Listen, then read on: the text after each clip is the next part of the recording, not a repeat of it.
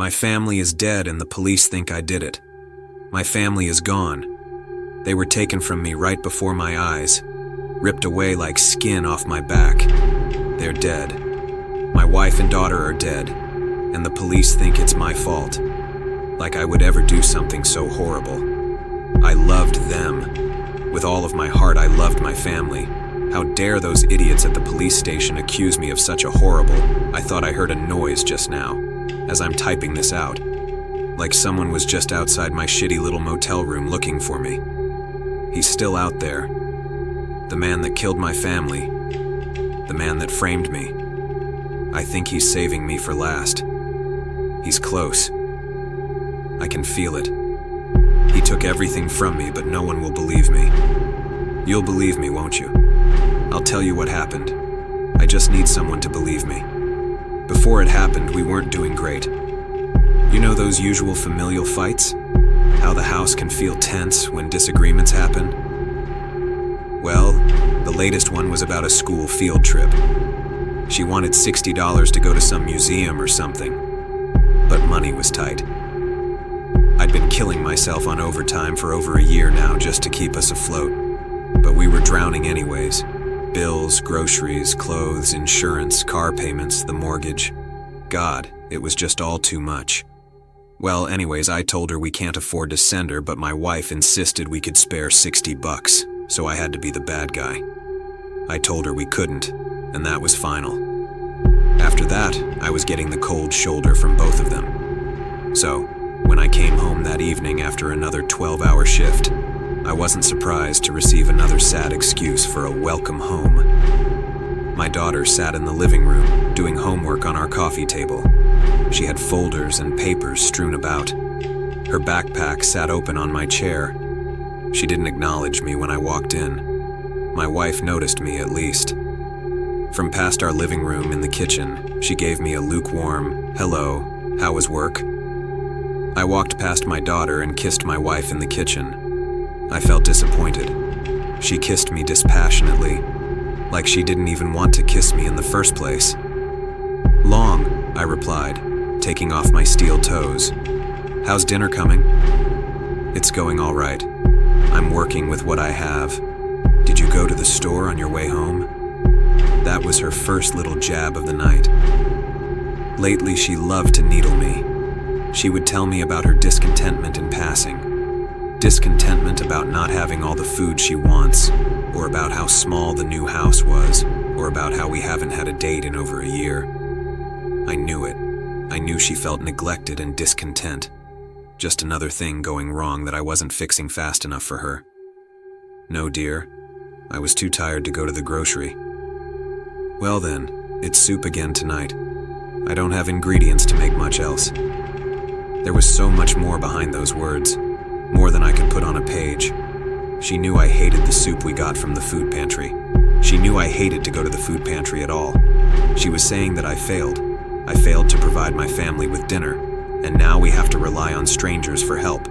And because I failed to provide, I should be punished with food I hated.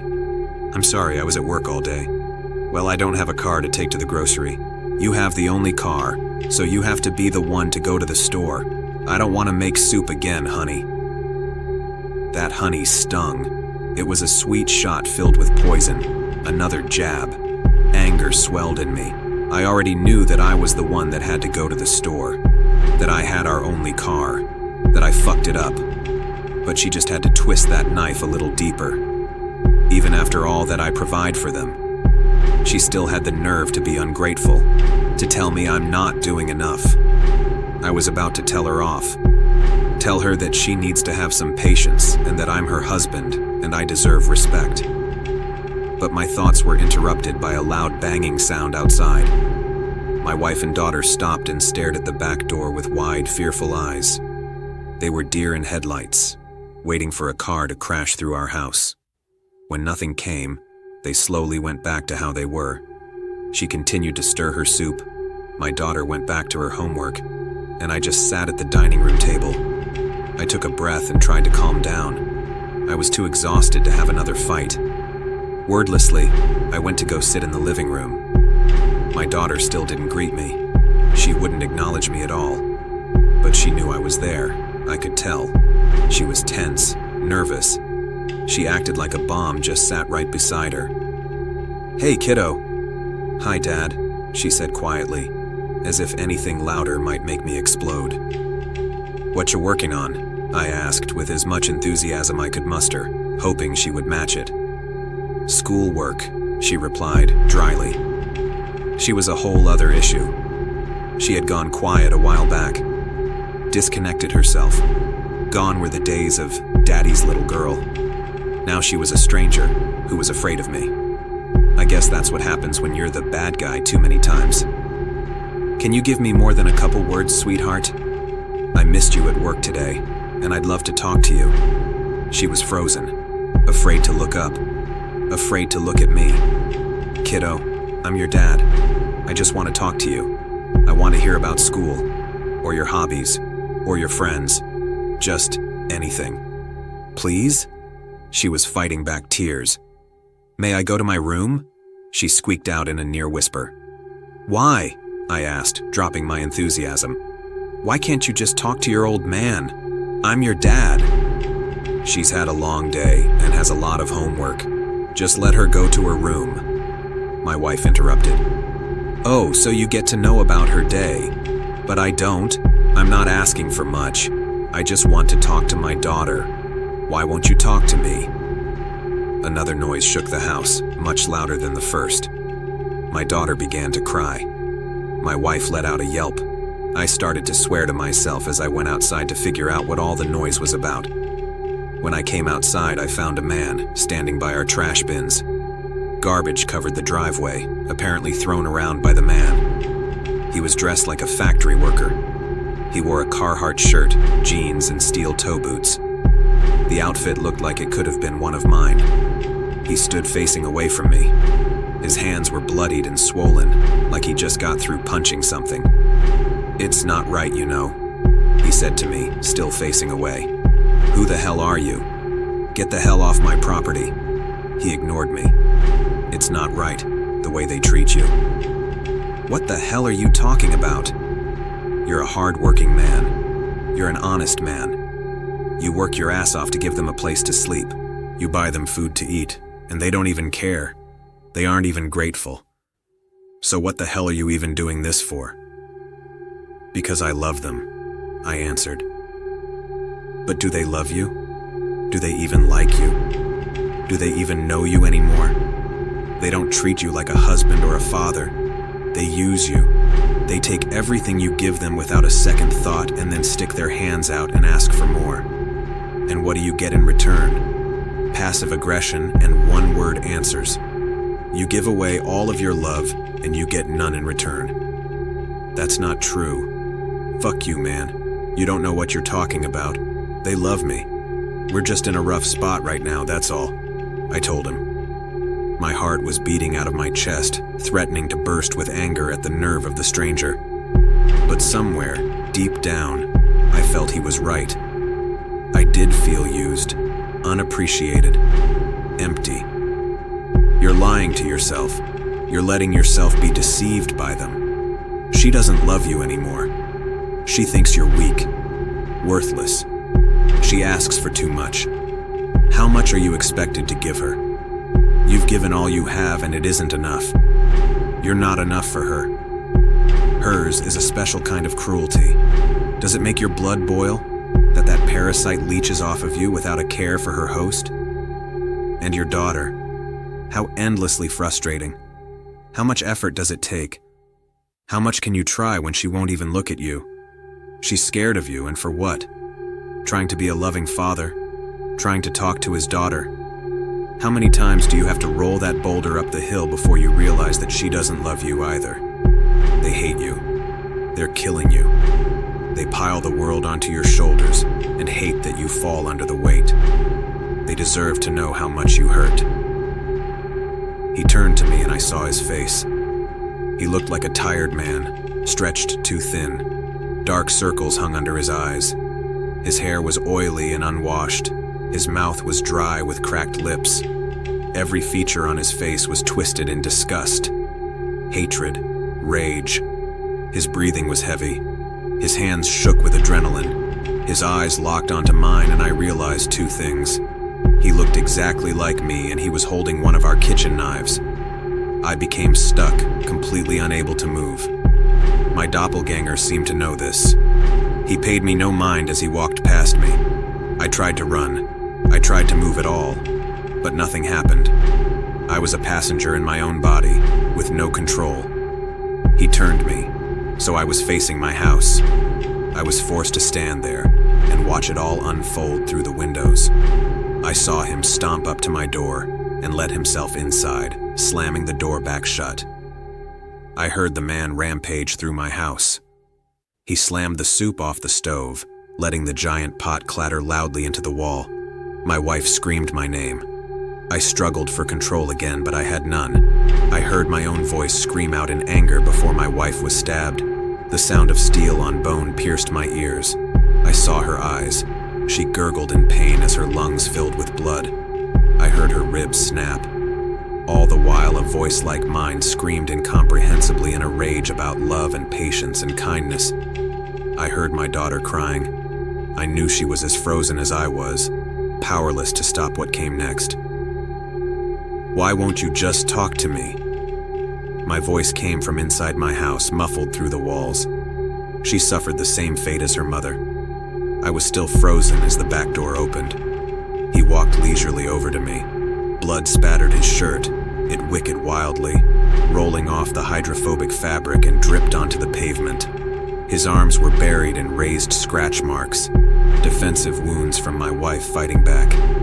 His steel toe boots were drenched in gore. It's just too much. I can't remember anymore. With a sardonic smile, he got up close. I was powerless to stop him as he scratched my arms and rubbed my family's blood onto my hands. He put his clothes on me and mine on him. They were soaking wet and I began to shiver. He put the knife in my paralyzed hand before stepping back and admiring his handiwork. Satisfied, he flashed me a quick red smile, and then he was gone. When I regained control, I got in my car and ran away. He took them from me and I can't do anything about it. If the police find me, it's over. I'm done. They think I did that to them. I didn't. I couldn't. Everyone has bad thoughts sometimes, but that's not evidence. That's not real. I'm not capable of that. But those fucking idiots won't listen to me. It's not fair. I don't deserve this. I'm a good husband. I'm a good father. If I could just... Someone is banging loudly on my door. My sister's parting gift to me was the video that killed her. If she'd known that, she wouldn't have let me watch it. She certainly wouldn't have watched it herself. Amelia and I were close. Were only 2 years between us. My little sister was close to turning 20 when it happened. I sometimes forget that it only happened 5 weeks ago. I don't know how long I have until it happens to me. Now Amelia and I were like this. Just picture my index and middle finger coiling around one another. I know siblings are supposed to fight at some point, even close ones who claim to be best friends. But we never did, and it had nothing to do with us being special in some way. We didn't fight because we needed each other. We were always that way. It didn't come down to any one thing. Our deadbeat dad definitely drew us closer together, but our codependency continued after we moved out of his house 2 years ago. And our mother died during childbirth, so we were always blamed by our family members for her passing. I'm skirting around the truth, in all honesty. The key reason for our tight bond was more wretched and disturbing than all of those terrible factors combined. For that matter, I don't know whether those factors had anything to do with our condition. Essentially, starting in our childhood, Amelia and I had issues with food. Whether driven by genetics or environment, I don't know. The cause is blurry, but the result is all that matters in the end, isn't it? We were never formally diagnosed with anything. Dad didn't believe in head doctors, but I blame myself. Always have. Being the older sister, I must have influenced Amelia, and I'll never forgive myself for that. I did try to stop her from copying me, but I suppose she wouldn't have been able to understand why I told her to keep eating. only to do exactly the opposite myself. With adulthood came independence. Too much independence, perhaps. Amelia joined the same university as me and we start living together. We had 2 flatmates, lovely girls who were vaguely aware of our eating issues. And last February, I came home from a lecture to find my younger sister giddily bounding around her room. Amelia said that she'd finally found a way to kill that craving. I remember only fragments of what she said. I was too focused on her alarmingly bloodshot eyes, though I told myself that the daylight must have been playing tricks on me. Over the years, in my battle against inner demons, I've learned not to trust my eyes. And that would be throughout the unholy circumstances to follow, my undoing.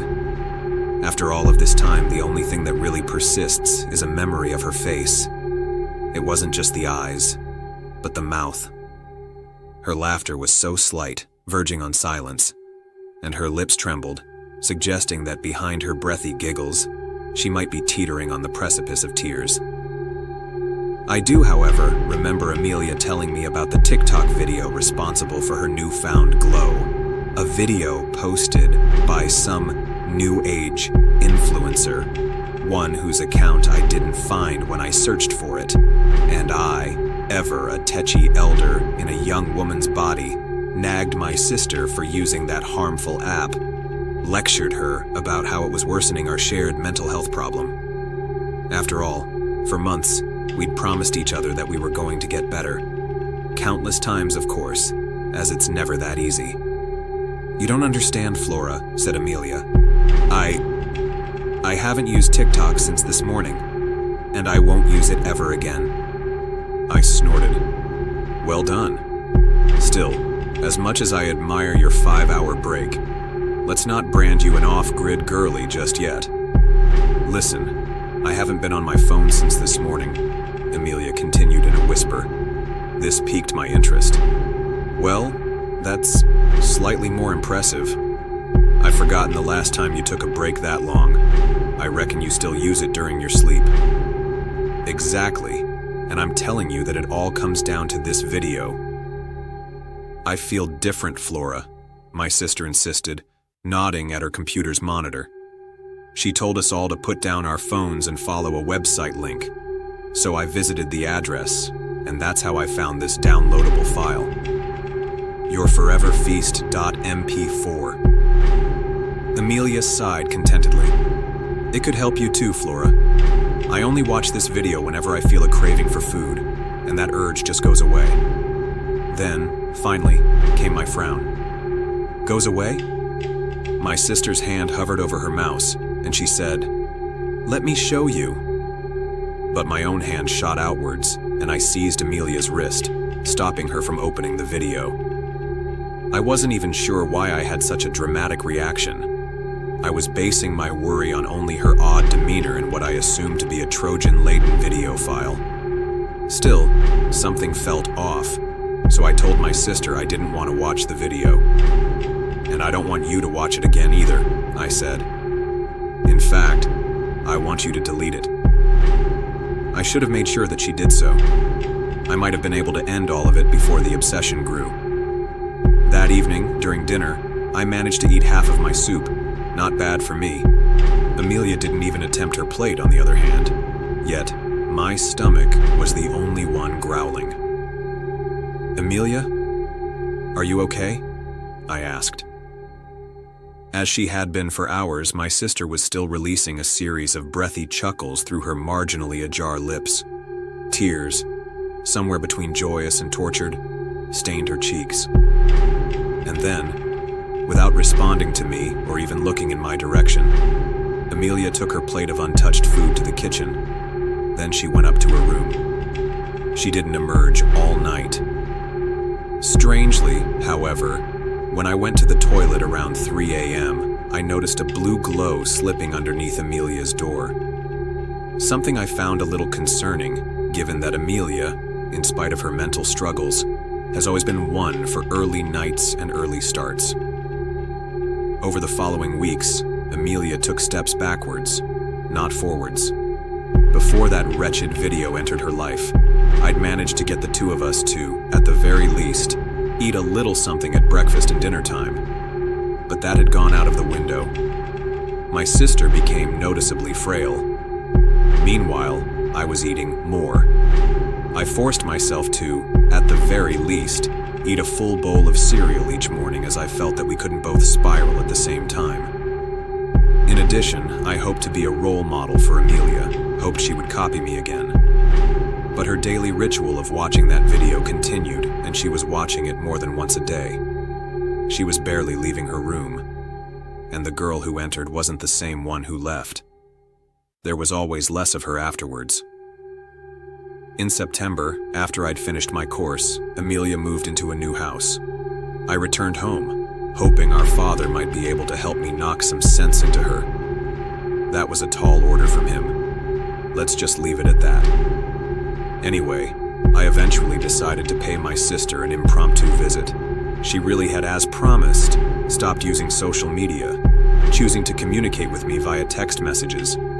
But those had become too sporadic by December. After a week without hearing from my sister, I decided that turning up at her house unannounced was the only thing left to do. Amelia's housemates wore strangely pale faces, which only exacerbated my anxiety whilst I asked questions about my sister's welfare. One girl said she didn't know much, as she spent most nights at her boyfriend's place. The other said that she hadn't seen Amelia since the Tuesday before, 9 days earlier. The only indication of Amelia's presence was that blue, ever-persistent light below her door. I ran up the stairs, despite protests from the gaggle of housemates huddling in the lobby. They didn't follow me, however, didn't try to stop me. And now, looking back, I think they were scared to do so. There's a lot that comes to mind in retrospect. Their shuddering faces, their stammering answers. Surely something as banal as an unsociable housemate wouldn't have been enough to fill their eyes with such fear. One girl's eyes were pooling with tears. I think there were things they didn't tell me. Stumbling across the unlit landing, a blue glow guided me towards Amelia's room. It spilt through the crack below the entrance. But I didn't shout for my sister. Didn't knock. I rammed the handle downwards and shoulder rammed the door, but it was unlocked, and I tripped through to the other side. I found myself in a room with drawn drapes, a dark room. Darkness somehow barely scratched by the blinding blue light of Amelia's lit monitor. The only thing the screen illuminated, save for the carpet leading towards the door, was Amelia's chair. My sister sat in it, head resting on her desk. My withered sister. My unmoving sister. My ears were ringing, but I must have screamed, mustn't I? Must have screamed at the body, no more than threadbare flesh clinging to a frail skeleton. And worst of all, this wasn't the thing which terrified me. No. What terrified me was that my sister's lower face, the top had decomposed to reveal her skull's eye sockets, remained mostly intact. It revealed her lips. She died with a smile on her face.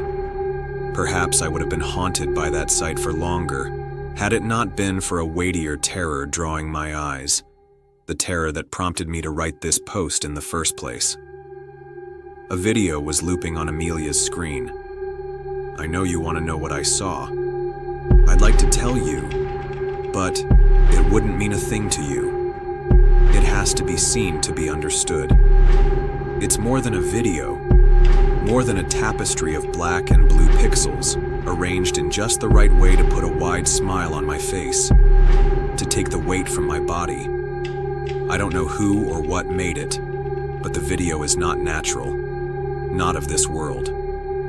I tried to look away, but I found that I couldn't or wouldn't. I became detached from the world, detached from my senses, detached from the screams of Amelia's housemates, detached from the conversations with paramedics who tore me away from my sister's body. Not detached from fear. I felt plenty of that. I still feel plenty of that, no matter how widely I smile at my wasting body in the mirror. Much like my late sister, I wear that awful smile on my face, still release that breathy laugh. That's why I'm so afraid. I don't know what's inside me. I'm detached, above all else, from hunger. I watch the video, and it fills. My mother cooks with poison. My mom is trying to kill me. It started small. A dizzy spell after dinner, nausea curling my stomach. But soon, a single bite could flood my mouth with bitterness.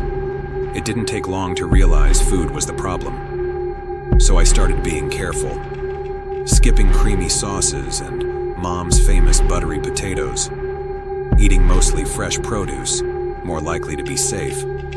But it kept getting worse, and my mom's hatred deepened. "Have some sauce, sweetie," she'd say, sickly sweet, slopping it on my plate. Her eyes too bright, she was waiting for something, waiting for her win. I'm not stupid. I know she's trying to make me sick. I'd subtly pick at my food, swipe it into a tissue. Mom would always notice, watching like a hawk. At first, I thought it was all in my head, that I was dramatic. But then I'd vomit, nausea swooping in. My stomach stretched, burning. Oh no, it isn't my mind playing tricks. Hands shaking as I cut my dinner, stomach churning. I knew evil was lurking. The more I ate, the worse everything got, my body rejecting her food. Why is Mom doing this? I'd cry into my hands, but I knew the truth. She hates me. I haven't eaten for days. I have to protect myself. But Mom's cooking meal after meal, trying to force it down my gob. I sit, lasagna on my lap. I'm shaking too hard to grasp the fork. I don't even want to eat. I can't bear to feel the burn in my chest, stomach twisting into knots. Mom's cooking is simply unsafe. "I made cheesecake," Mom's back. "Your favorite." "I'm not eating it," I scream, throat catching. "I know what you're doing." "Please, baby, you need to eat, you'll make yourself sick." Her voice is thick. I watch Mom from my bed, tears forming. She's going to kill me. Dad touches her arm tentatively. "Honey, maybe we should just stop." "Yes, listen to him. Leave me alone." Mom slaps Dad across the face. Tears sting his eyes. Mom glares at him with pure loathing, but it's me she hates. "Don't you dare say that!" She spits, a ball of hot rage. Dad's properly crying now. Why can't he do more? Mom leaves only to come back an hour later. She holds a yogurt bowl. "Eat it," she orders. No negotiation. "You can't make me," I sob. "I know what you're doing." "I need you to eat," Mom screams in my face. She grabs my arm, nails digging into my flesh. Heart racing, hands fluttering, I'm in hysterics now. Chest pounding, I can't breathe. I'm gulping for air. "I can't," I scream straight back. "You're trying to kill me." "Baby," Mom gasps. "You're going to kill yourself." She looks at Dad. He's sobbing. "How did we let this happen?" she whispers. "How did we let her anorexia win?" My partner suspected a cover-up in a murder case. His death proved it. Brant's a decent kid. Young, eager, the kind who still irons his tie. He's joined recently, which is why I assign him the smaller, easy cases. Natural deaths and vehicle accidents mostly. Open and shut cases. Today, he's pacing my office, eyes wild, insisting 7 natural deaths over 6 months are murders. All connected, apparently. I've dealt with rookies before. New detectives, overly ambitious, tend to chase ghosts. But this was rather serious. Brant was accusing an old, well-known chemist, which could get me in trouble. I had to talk some sense into him. 7 victims, respiratory failure, stroke, heart attack, natural causes, Brant. He slapped a file on my desk. They were all former students of Miller Wren, the chemistry professor and researcher. 6 years ago, these students brought Wren's plagiarism scandal to the public light, leading to his resignation as a professor. "You're telling me someone figured out how to kill people and make it look like a stroke? Or a heart attack? Come on, Brant. You're reaching." "But sir, you've got the motive, Brant. Give me the method." I lean back in my seat and sigh. This is where he will get stuck. Each victim received a luxury perfume bottle days before they died. Different brands, no fingerprints. But here's the thing. He tapped a photo of a sleek glass bottle. All of them were only 3/4 filled. Sealed airtight. I tapped my foot impatiently. And? Imagine this, sir, Brandt said, leaning in. You're gifted a perfume bottle. What's the first thing you'd do? Open the seal. Maybe smell it at the opening. Oh, Brandt nodded slowly. Exactly. That quarter-empty space isn't air, it's gas. Odorless, undetectable, designed to trigger delayed reactions, hours, days later. Mimic natural causes. I pause, processing his words. Forensics found nothing in the victim's systems. He hesitated. We tested the bottles. Nothing came up. No toxins, no poisons. But that's the point. It's something new. Wren's a chemist. He could have engineered it to break down post-mortem, leave no trace. The natural deaths.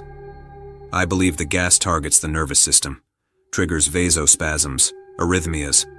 By the time it kills, the evidence is gone. Hell of a story, Brandt. It's not a story, sir. Without evidence, that's what it is. The pattern's there. Patterns aren't proofs. I stood, grabbed the water pitcher by the window. You're spiraling. Here, calm down.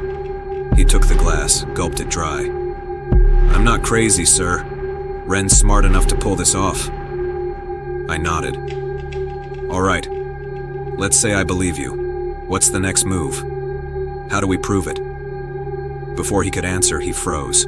He clutched his chest, his face twisting in pain. His left arm went limp, and he collapsed. Brandt! I knelt beside him, feigning panic. Brandt! Brandt! God damn it. I should have turned the cameras off. Now I have to act all panicked. Something that is almost exactly water but kills. Definitely do not want to be on that man's bad side. Damn. Wren better pay me extra for this. I found a phone, and I saw terrifying things. For the past few days, I've had this unshakable feeling of being watched, constantly. Don't get me wrong, I checked everything, and nothing seemed out of place. But the feeling won't leave me alone. There's nothing wrong with my mental state. I'll break it down for you. I've always been athletic, ever since school. Even though I graduated college years ago, I kept my workout routine solid to maintain my health and discipline. Running is my go-to exercise, mainly because I love it, but also because gym memberships are ridiculously expensive. There's this park where I train every day. It's small, but I like it. Being outdoors gives me some quiet, some peace. Time to clear my head. But there's a downside. It's an old park, built decades ago, and sometimes the lights go out. When that happens, I either cancel my run or find somewhere else to go. Back to my story. I had just finished my run and was walking towards the park entrance. It was late, 8:43 p.m. I don't know if time is important, but I feel like I should mention everything. If something happens to me, I want you to have all the details. That night, the park was empty. It's never empty. Usually there are people walking their dogs, riding bikes, just hanging around. But not that night. Just me, the benches, and the lampposts lining the path. As I slowed my pace, something hit my shoe. I looked down and saw it. A phone. Not a smartphone, but one of those old ones with a tiny screen and a keyboard. I picked it up. Maybe I could find the owner's info and return it. But as I scrolled through the menu, a notification popped up. I clicked it without thinking. My stomach dropped. It was a picture of me. Took from my back, someone had sent it to this phone. The number was hidden. How? Before I could react, I heard something behind me. A whistle. 3 sharp, high notes. It pierced through the silence and sent a chill down my spine. My heart stopped. My brain screamed one word. Run. I bolted, full speed. I glanced back once. There was nothing. No one. And yet, there was. I can't explain it. I saw something. A figure. Tall. Too tall. Dressed in black, standing by the bushes, watching me from a neighbor's yard. But it wasn't human. The shape was human, but the proportions were wrong. The head was too long, stretched vertically, 3 times the length of a normal person's skull. The arms were ridiculously thin and long. Maybe I was dizzy from running, but I swear, it was real. It was staring at me, but with no eyes at all. Just 2 hollow cavities looking at me. I sprinted all the way home. 14 minutes. I barely remember getting inside, locking the door, and collapsing onto the couch. And the phone? I brought it with me. Biggest mistake of my life. I told myself I wouldn't touch it again unless someone called. Maybe I could return it and be done with these weird stuff. I showered, went to bed, passed out immediately from exhaustion. Everything was fine. Until a noise woke me up, glass shattering, from the kitchen. I flinched, heart racing. I don't have pets, no kids around. My neighbors are all old. No one should be in my house. I got up, slowly. The floor creaked under my steps. Then, the whistle. Same 3 notes. Lower this time. The sound grew louder with every step I took until by the 9th step, it stopped, replaced by breathing. From inside the walls. I froze. My own breath caught in my throat. The breathing went on for 30 long seconds. Then, a whisper. From the next room. When I finally stepped into the kitchen, nothing was broken. Just a plate, sitting in the middle of the counter. I stared at it, confused, too tired to care. I went back to bed. The next morning it was still there. I put it away. Weird, but harmless. Then it happened again. The next morning. The same plate. Same spot. Then again. By the 3rd day I started to feel sick. Like something was wrong with me. Like I was being pulled into something I couldn't escape.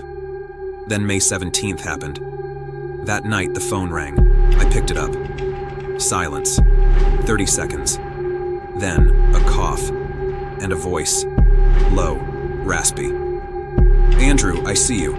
My blood turned to ice. I hung up. How come he knows my name? Hands shaking, heart pounding. I stared at the phone, willing it to disappear. Then my own phone buzzed. A notification. A photo. Taken from the top corner of my room, like a security camera shot. I could see myself lying in bed staring at my phone. I looked up. Nothing was there. Then, another notification. A text. "Like what you see," I screamed.